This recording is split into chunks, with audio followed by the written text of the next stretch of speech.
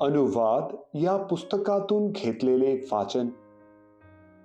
मोशेने लोकांस म्हटले, हे विधी व नियम तू पाळावे अशी आज्ञा आज तुझा देव परमेश्वर तुला करीत आहे, म्हणून ते तू जीवे भावे व काळजीपूर्वक पाळ.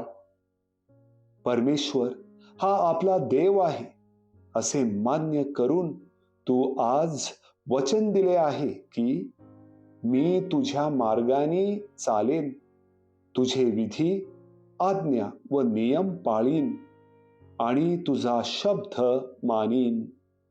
आणि परमेश्वरानेही आज मान्य केले आहे की तुला सांगितल्याप्रमाणे तू माझी खास प्रजा झाला आहेस.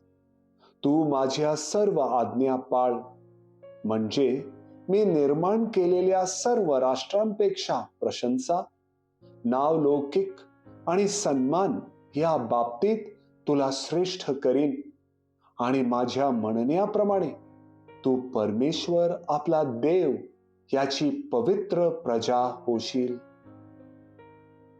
प्रभूचा शब्द. देवाला धन्यवाद.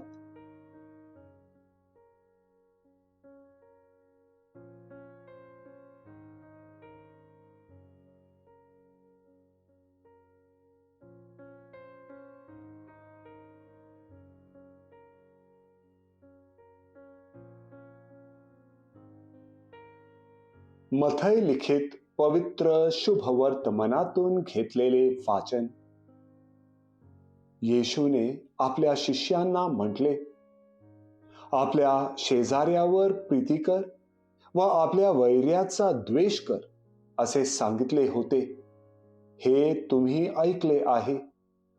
मी तर तुम्हास सांगतो, तुम्ही आपल्या वैऱ्यांवर प्रीती करा आणि जे तुमचा छळ करतात त्यांच्यासाठी प्रार्थना करा, अशासाठी की तुम्ही आपल्या स्वर्गातील पित्याचे पुत्र व्हावे. कारण तो वाईटांवर व चांगल्यांवर आपला सूर्य उगवतो आणि नीतिमानांवर व अनीतिमानांवर पाऊस पाडतो. कारण जे तुमच्यावर प्रीती करतात त्यांच्यावर तुम्ही प्रीती केली तर तुमचे प्रतिफळ काय?